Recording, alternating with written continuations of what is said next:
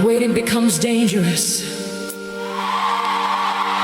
when disappointment starts convincing your heart that God has forgotten your name. Habakkuk, the vision awaits an appointed time. Though it delays, wait for it. Father, my faith has become tired in this waiting season.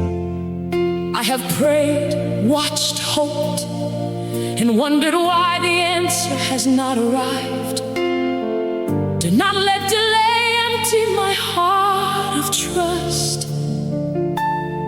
Strengthen me when I see others moving ahead. Guard me from bitterness and hopelessness.